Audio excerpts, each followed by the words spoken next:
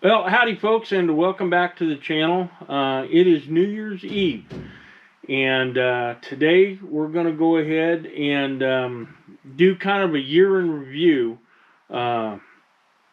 This year has been challenging for the channel and for myself. Starting out losing old PFC Butters at the beginning of the year, and and not being able to keep up with putting out as many videos as I'd like.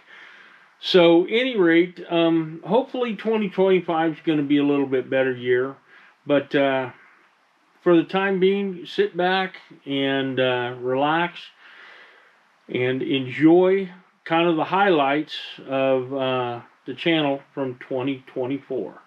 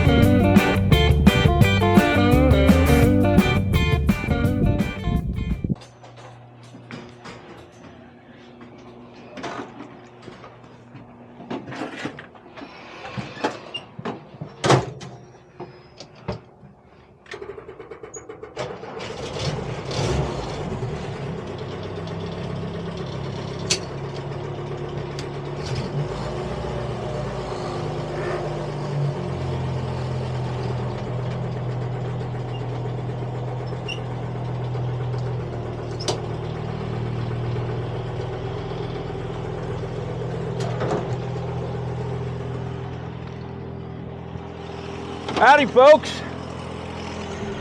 we are back. We are back up and running. Got to apologize for not having much of anything in the way of content for the last few months, but you know, life happens, and sometimes you just got to do what you got to do. At any rate, we got a lot of cool things planned for this year.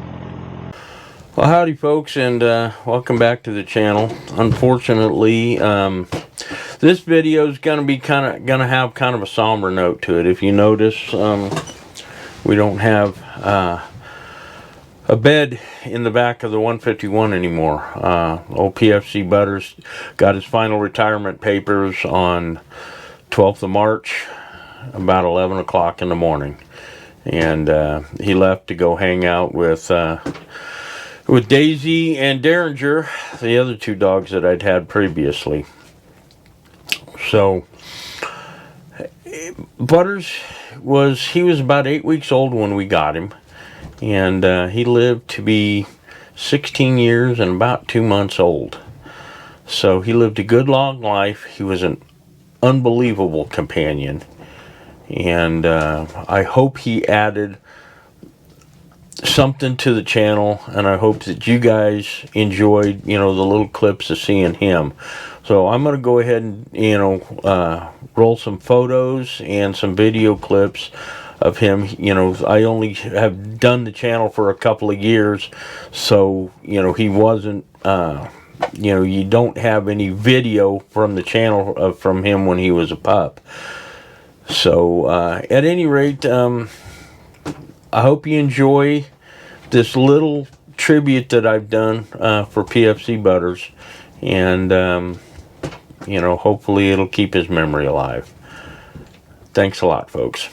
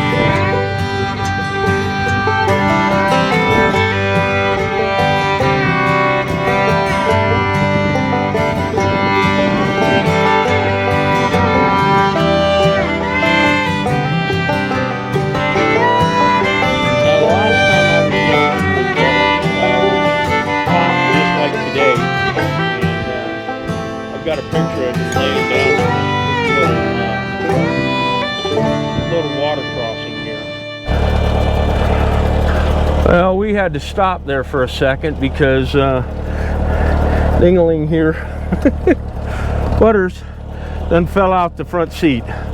So he is banished to the back seat from for the rest of the trip. All right, folks. Well, for those of you that were wondering, Butters is just fine. Hey, Butters, you okay, right? Yeah, Butters is just fine. I don't know whether he actually fell out of the Jeep or if he jumped out. But at any rate, he no longer gets front seat privileges.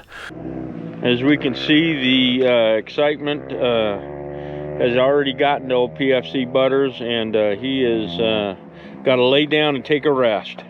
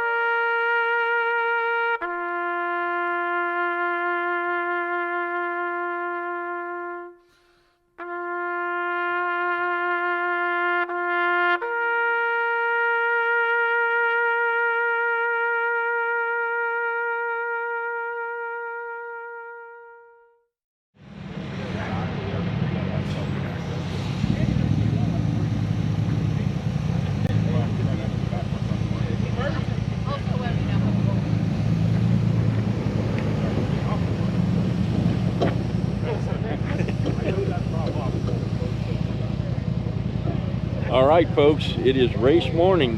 We just finished our volunteer meeting, and everybody's got their assignments for the places they're going to be on the course.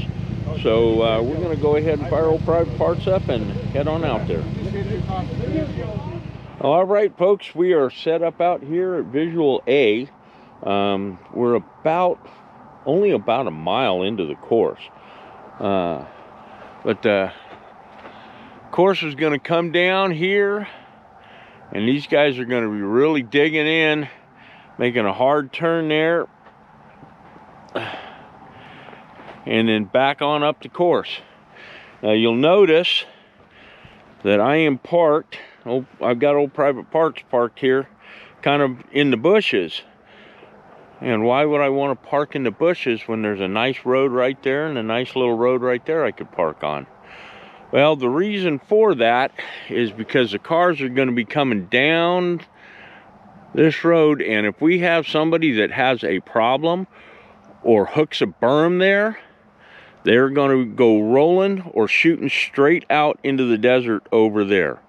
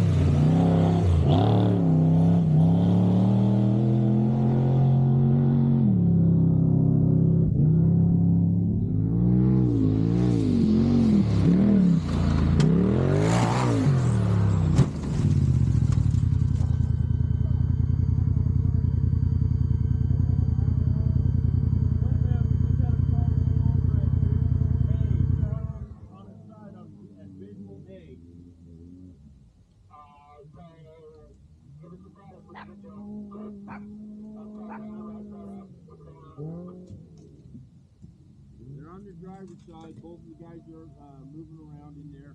I'm going to try to see if I can, we might be able to get him back on his wheels, but I think we're going to need assets here quick.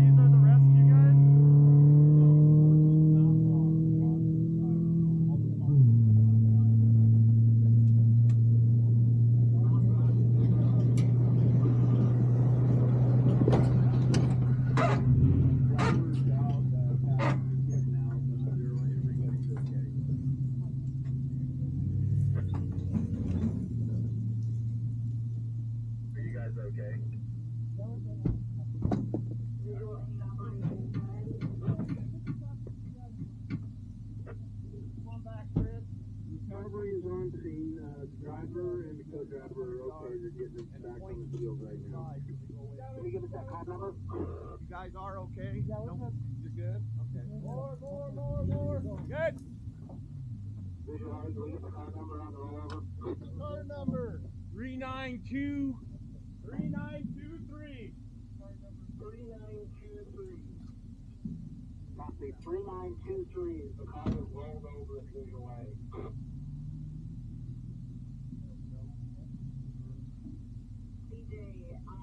Continue to start. We're going here.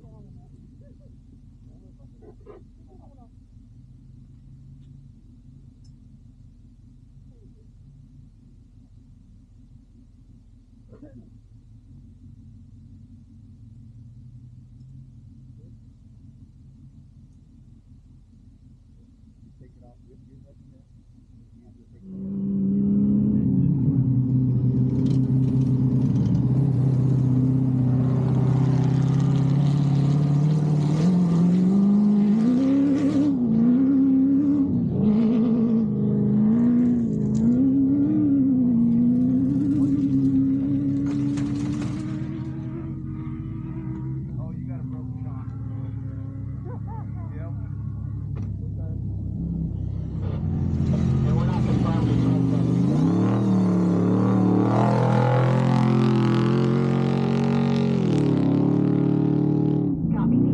Howdy folks, and welcome back to the channel. We are here in Plymouth, California for the MVCC, that's Military Vehicle Collectors of California, their annual spring meet. Let's go ahead and get old Pvt Parts fired up here.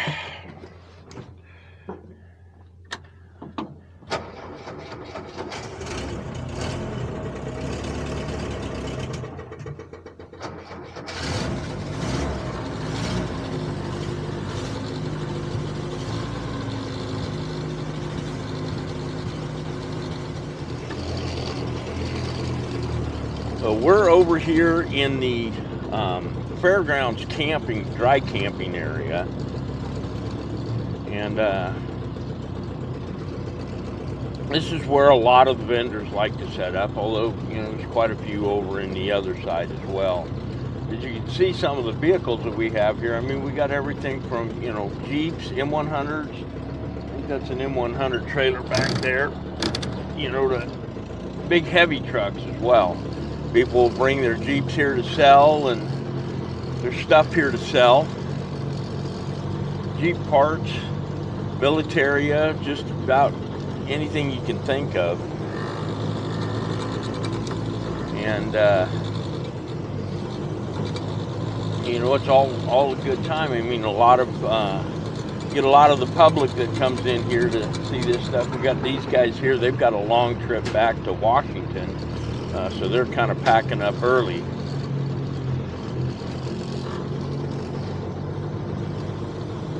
And it's still fairly early in the morning, so a lot of guys haven't gotten motivated and up and going yet.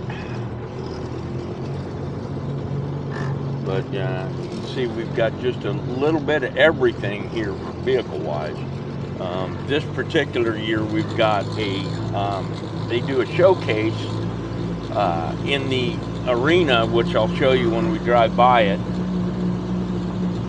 And this year one of the showcases is going to be for the mules, little M274s over there, which I have brought Chuck's mule up to try to sell. And if it doesn't sell before they have the showcase today, then we'll have Chuck's mule in the showcase.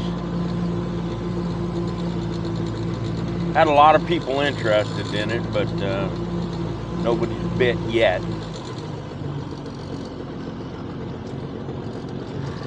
Now this section down here is where we've got a couple of living history groups that are set up down here. Guys that I knew from back in my reenacting days, which are not 100% over, but they've slowed down quite a bit over the last several years. But yeah, Humvees.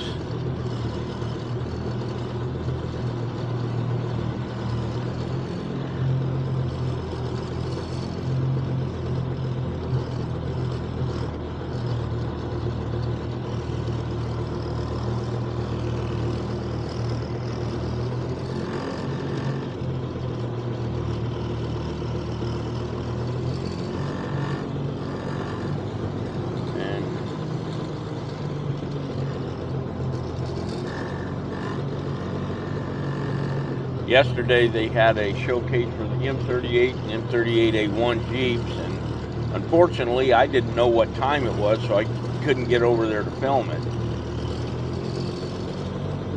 We have some veteran groups, and we also got guys that don't check their mirrors before they back up. So now, unlike when we had our events at Tower Park over near Lodi, California, it was actually about halfway between Lodi and Rio Vista, California. The Pvt Parts here doesn't really group us all into one spot. So we end up kind of spread out, you know, in between, you know, just the, as we call it, the civilian population.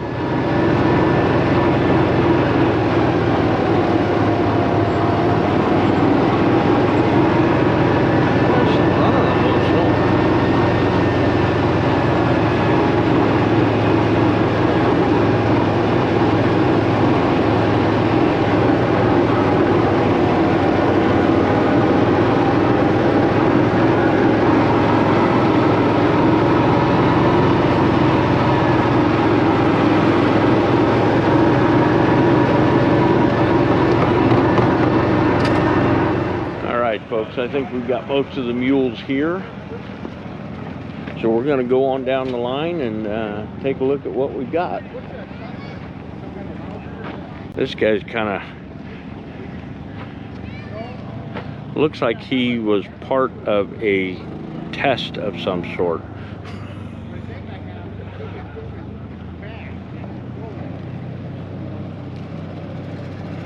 And maybe a not so very successful test. Well, howdy folks, and welcome back to the channel. We are out east of Fallon, Nevada for the VORRA Dogfight 250 off-road race.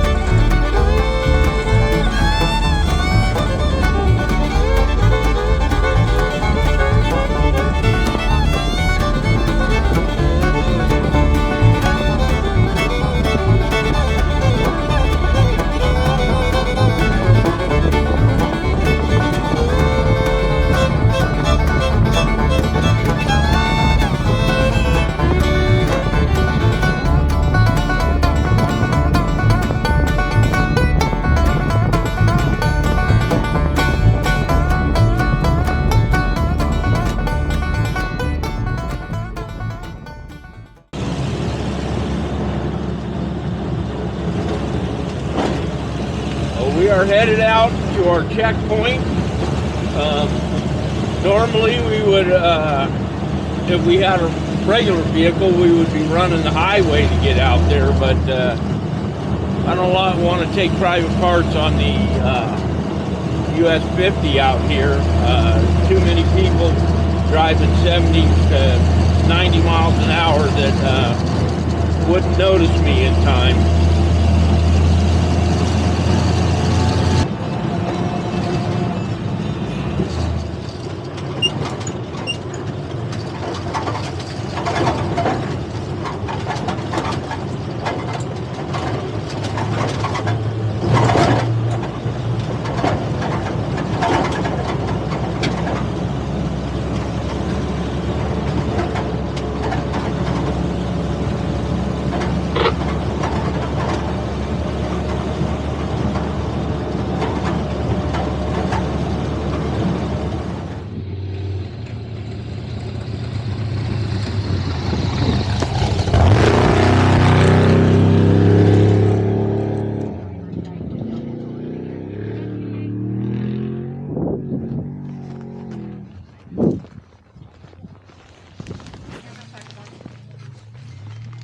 Operations, first car through checkpoint 3. Copy, check 3. What was the number on that? H78. It's German. 3.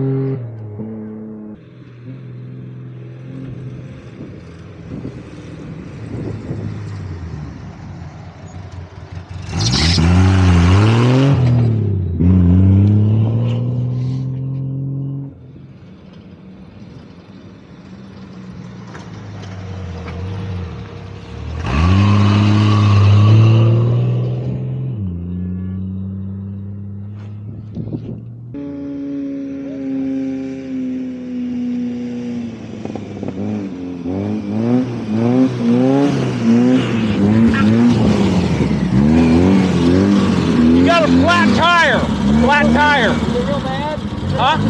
Yeah, it's not off the beat yet, but it's close. I'm just gonna limp in. Okay.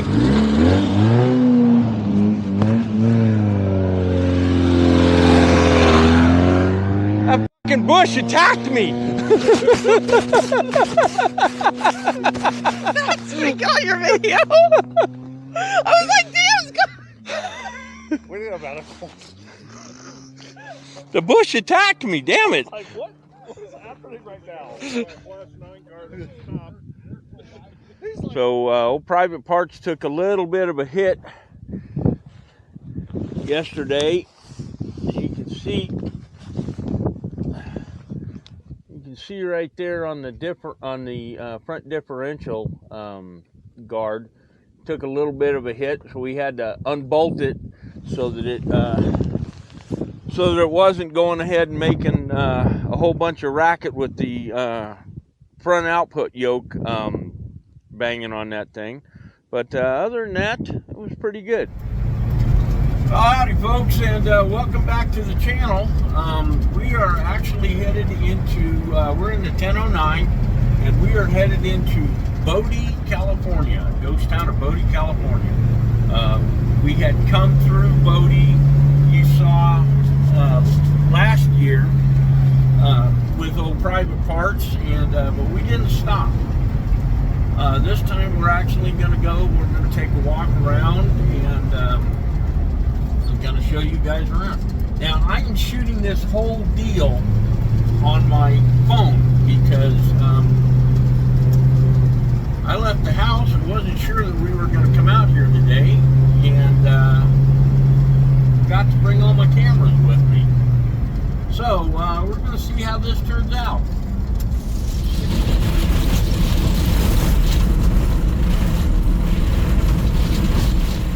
Well, here we are at the parking lot. And the last time I was here, we didn't have the toilets there or anything else like that. A lot of equipment sitting here.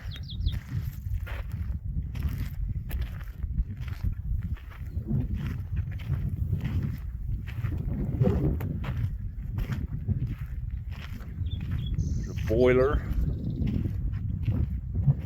And look at the steam cylinders to run this winch.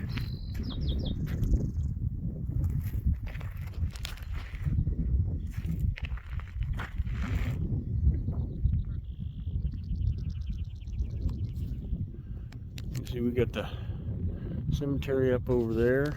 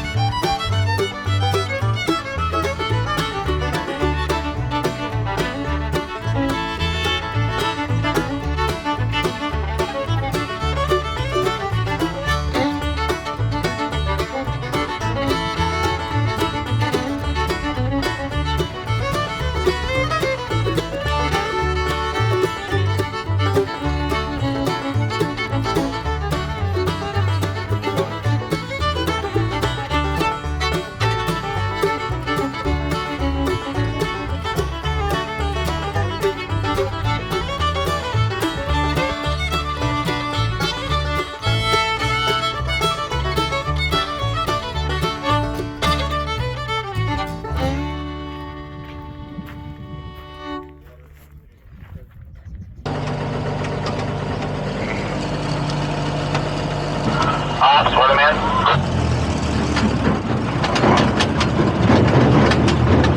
Go for Ops. Good morning, how are you? You don't have Ops, just Farmilla Ops, but I'm good, how are you? Good, I'm on top of the mountain. That's cool, I'd like to be on top of the mountain. Nice up here. Well, have a good night. You too. Thank you.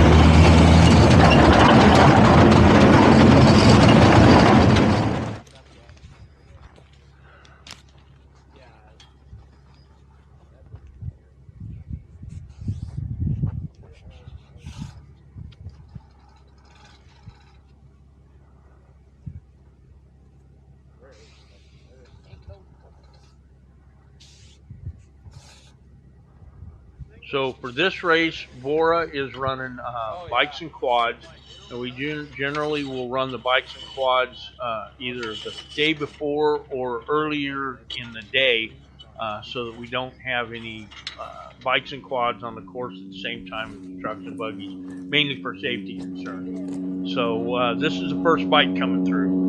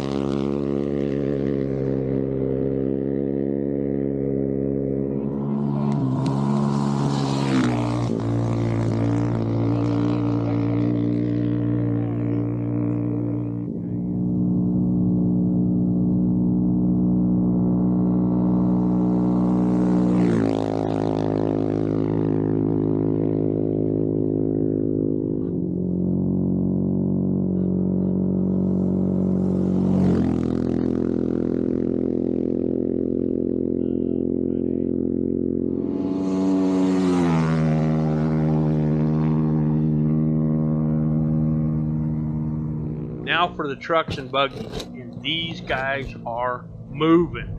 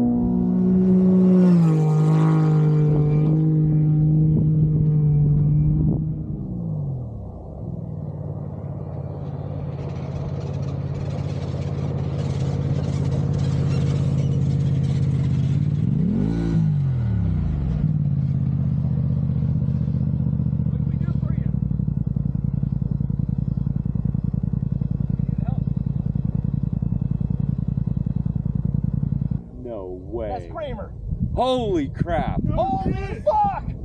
Woo! Yeah! Yeah, buddy! Woo! Nobody fucking making that part. We had bets on how far he was gonna make it. No kidding. Is that us? This is us. Brian, why is he in front? Or John, why is he in front of you? That's not us. No. We're next. Wow, you're not crazy.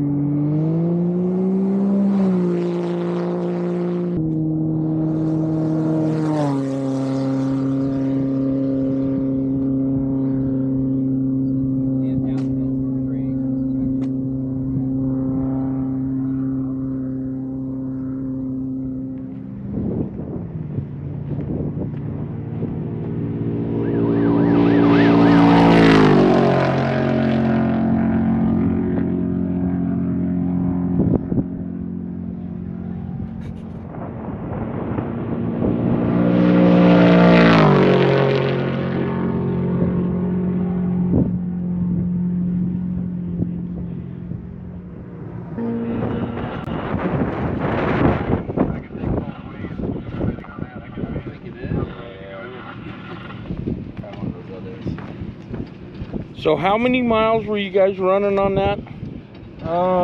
We're at about mile 53 here. So we were probably about mile. Where was that first check where Darren was at? Probably. That was visual A. 13, 14. Jeez. So sometime between 0 and 14. Yeah. Not too bad. Well, I would say that wheel passes the QC test. Wow, those methods are... No kidding. That is something else.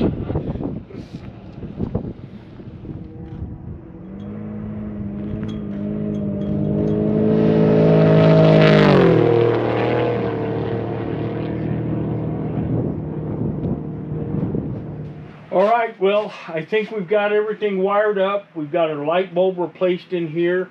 So let's go ahead and test everything out, make sure everything works. We should have tail lights, left turn signal, right turn signal, and brakes. So we've got it.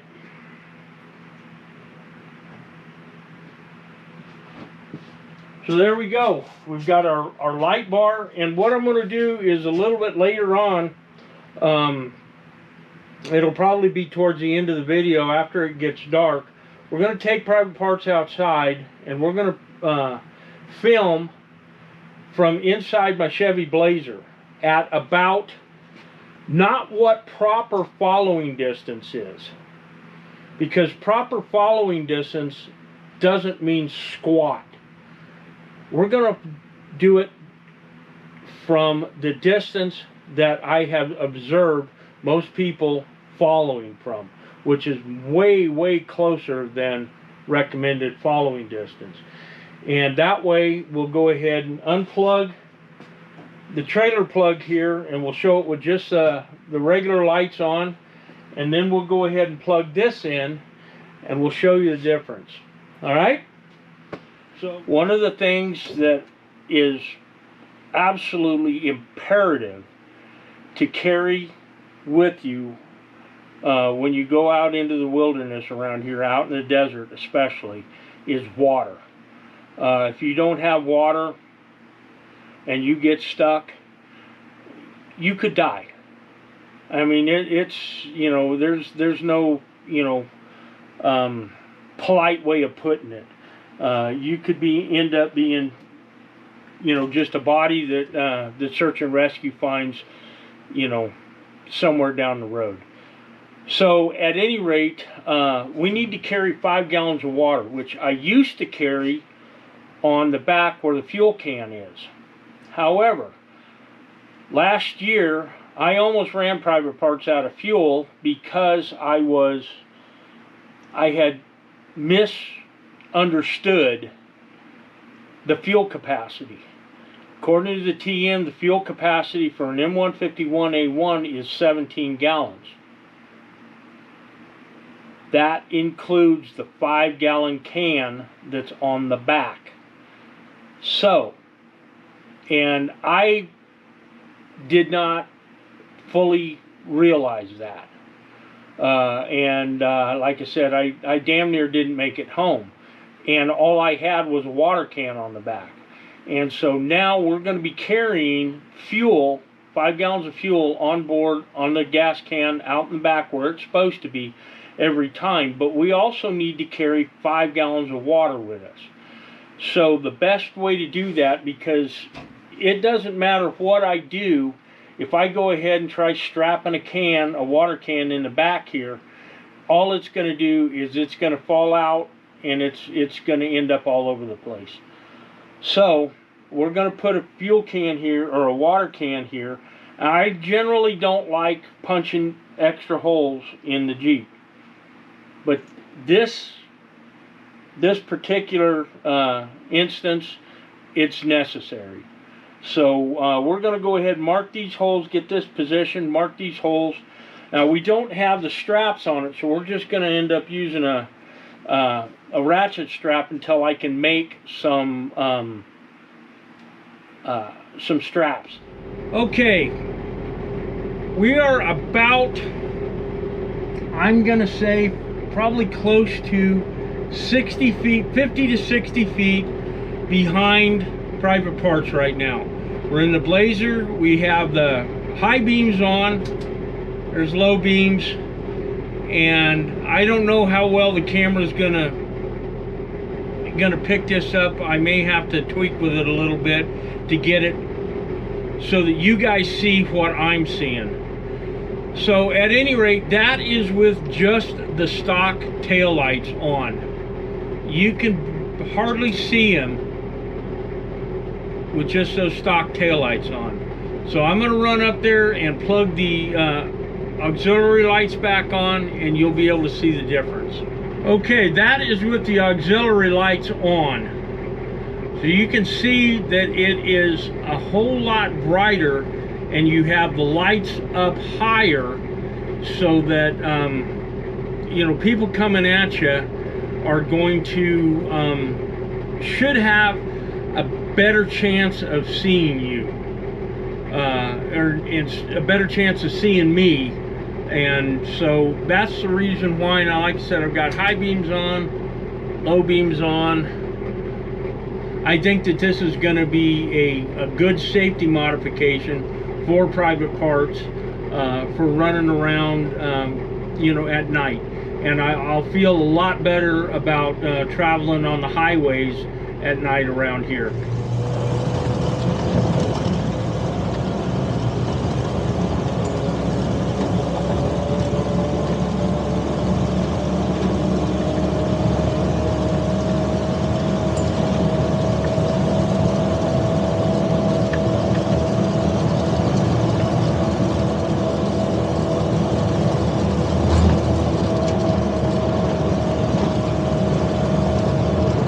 They generally will go ahead and keep both of these power line roads maintained well enough. They're not going to be blading them every, you know, few months or anything, but they're going to keep them bladed well enough, you know, and they'll repair them if they get washed out really bad, because the majority of these roads, like this power line road, is going to go straight up the mountain is right in front of us to power the radio repeaters and things like that. This is something that I learned a long time ago. If you're lost and you come across a set of power lines, take a look at them first, and if they look to be maintained, you know, somewhat maintained, or if the power lines, you know, are not in disrepair, get on that power line road, because that power line road is generally going to take you closer to civilization.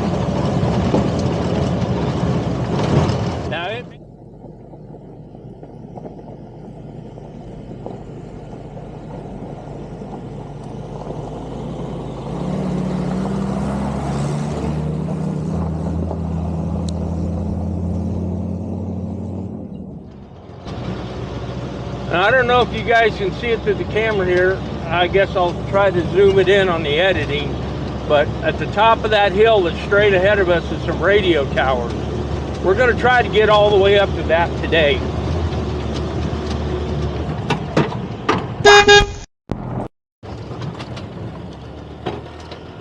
Okay.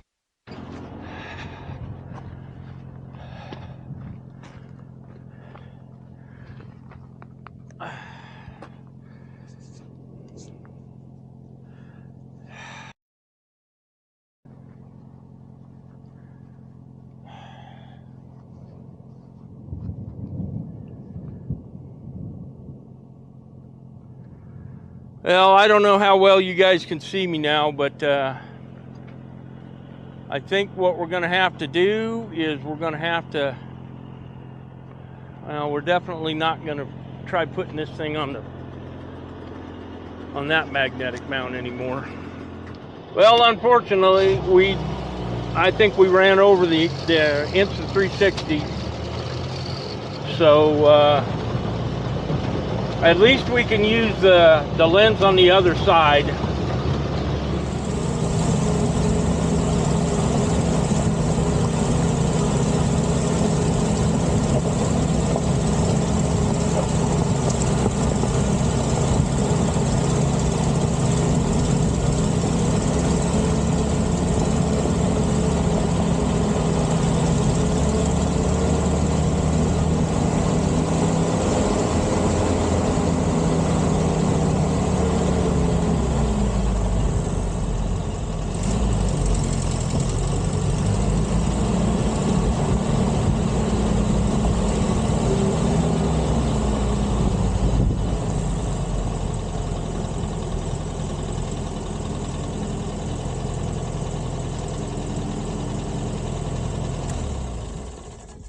All right, folks. Well, we made it up that trail. That trail turned into a wee bit more of a rocky situation than I had anticipated.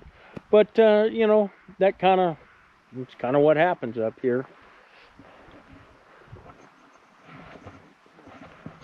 I'm guessing by the conveyor belt, it may have been operated probably into the 50s.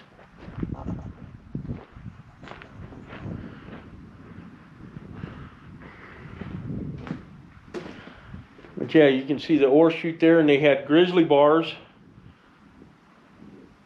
on it right there, and it looks like another set of grizzly bars that were here. Just, you know, get the big rocks out, let the smaller stuff down, and out through the conveyor belt there. All right. Well, now this is kind of interesting because we've got looks like a 1, 2, 3, 4, 5 stamp mill. And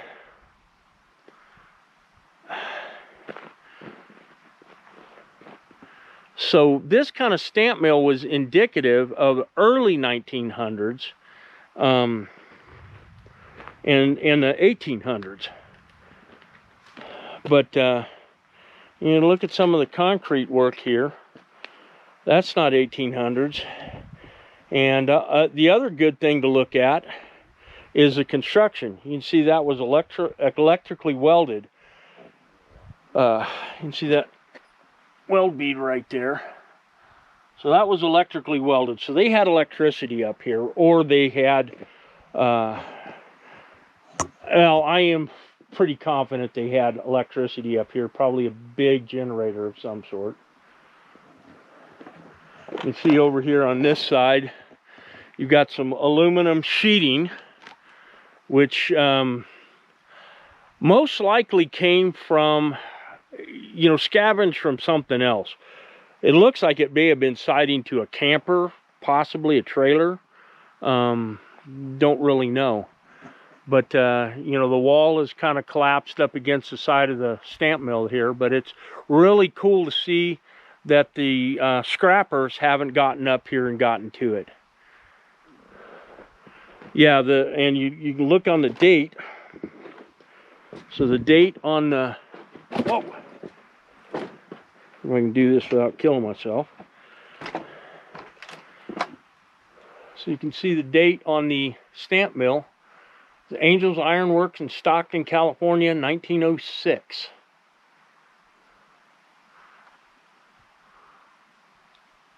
And you can see that's pretty tall up there. You've got the flywheel there.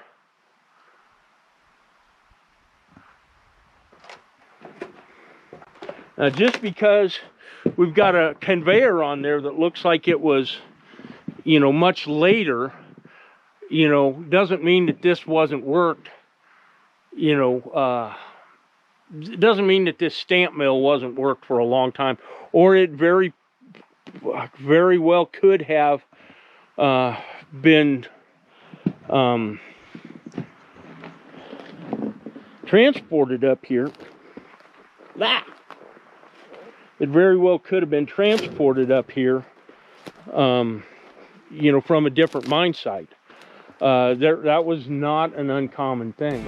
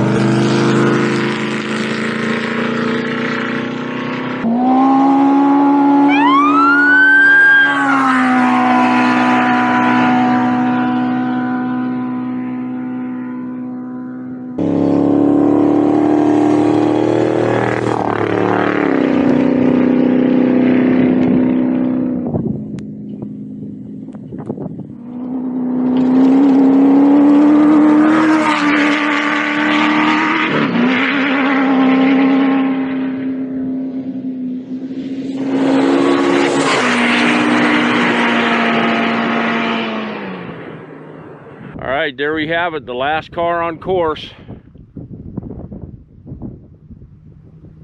As soon as he comes by, I'm gonna pull this sign and start packing up.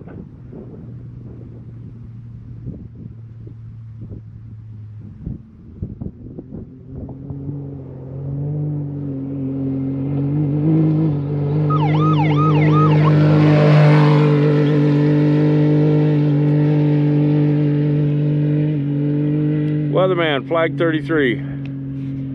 Go ahead, flag 33. 916 just past my location. Copy that, 916 through flag 33.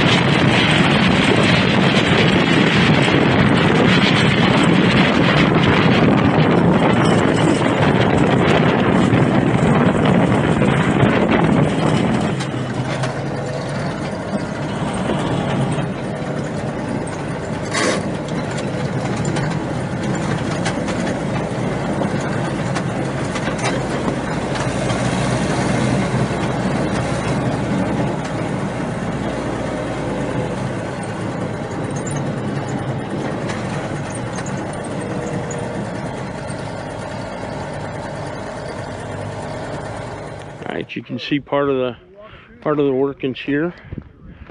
I think this it looks like it may have been an ore chute at one point in time.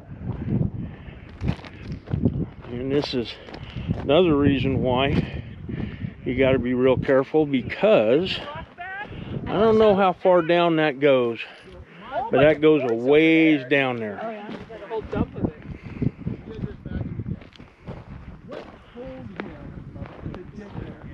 You have rocks all over the house. I just like how pretty. Yeah. Oh yeah. So I would imagine you're looking for certain types of rock and signs, geological. But you see, that's just,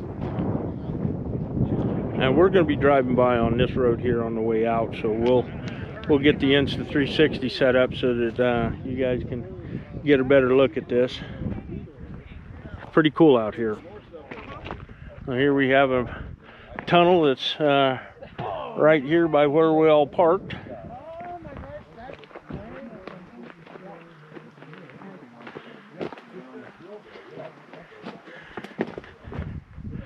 Now I'm not going to go on in this tunnel because I don't have a good enough light to see, and hopefully you guys can see back in there far enough.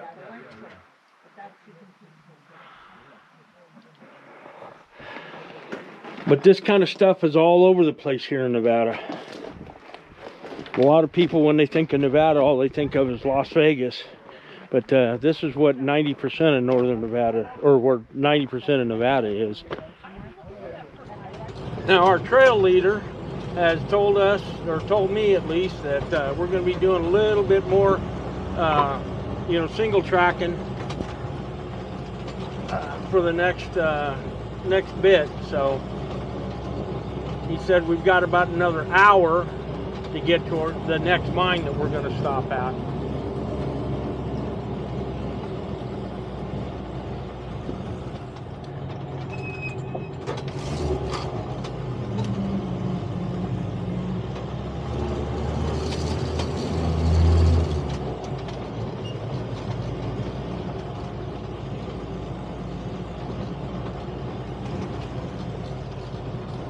We'll kind of take it slow through here so that you can see. Now this big structure here, from what I understand, from what I was told, was still standing you know, a year or two ago. And so, you know, this kind of stuff won't last forever.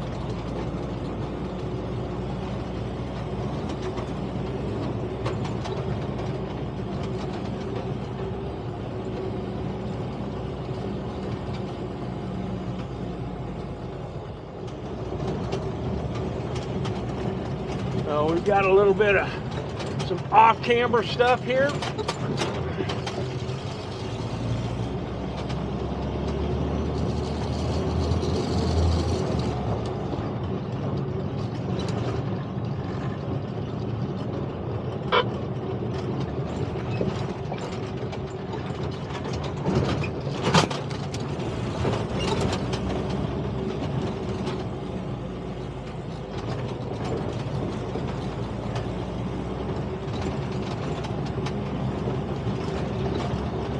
This is the fun kind of stuff. This is what I like doing with the Jeep here.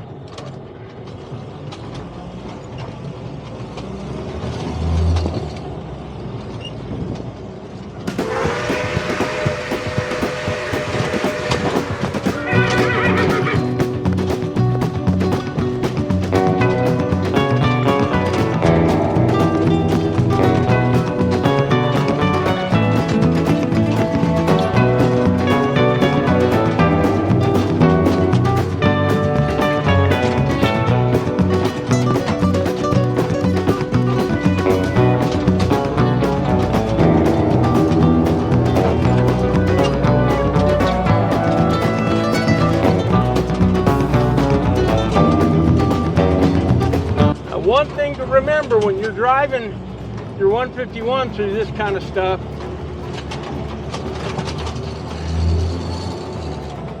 keep your thumbs out of the spokes of the steering wheel and keep a somewhat loose grip on the steering wheel, and let the wheel kind of go where it needs to go. Don't have a death grip on it. And if you put your thumbs in and it catches a rock just wrong, you run the risk of breaking your thumbs.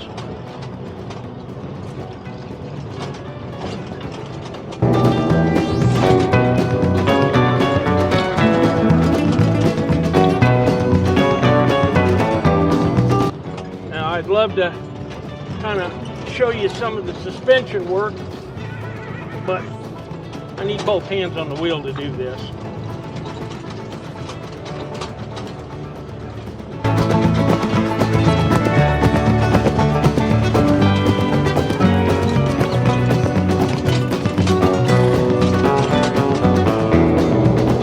These 151s are really pretty agile out here in this kind of stuff. One thing you do have to be careful of is your front differential clearance.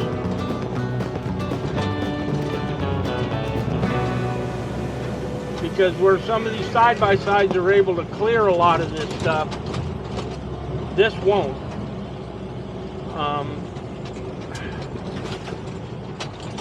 I've already smacked the front differential skid plate on old Private Parts here on a rock out at the off-road race at Fallon.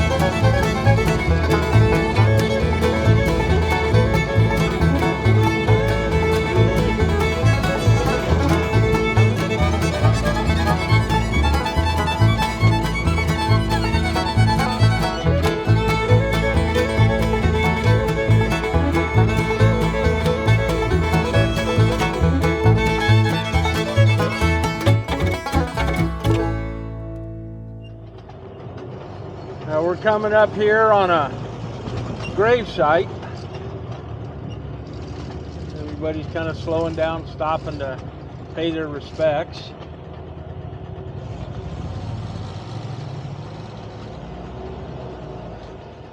Matt Costello, 1866 to 1926.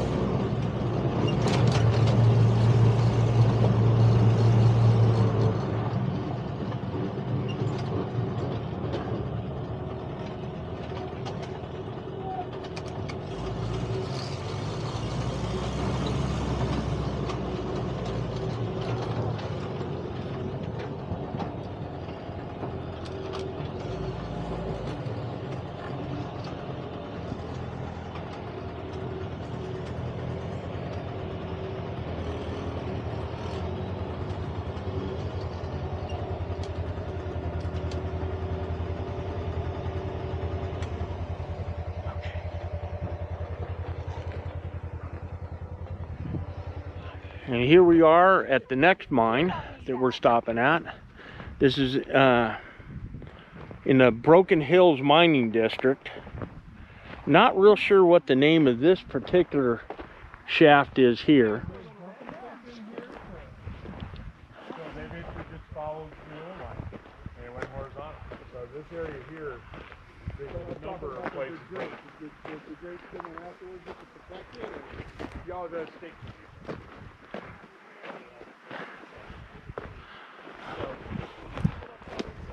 What's funny about it is Nevada's position is we don't care if you go in behind it. Put a fence around them.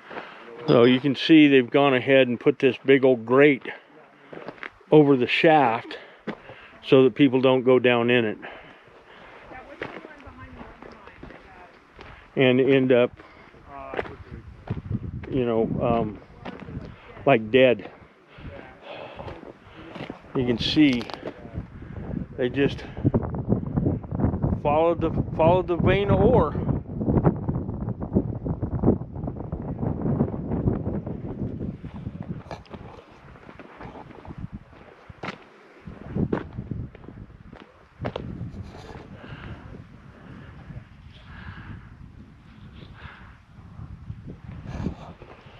It's nice to be able to come out to some of these places and, you know, find that people haven't tore things up or destroyed anything.